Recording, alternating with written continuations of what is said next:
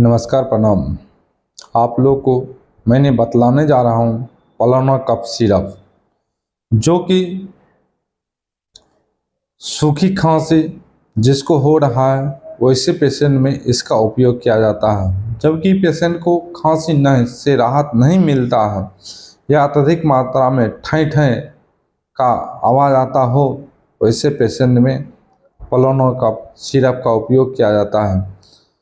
पलोना cough syrup उपयोग करने के बाद कफ को पतला करके बाहर निकालने में यह काम आता है।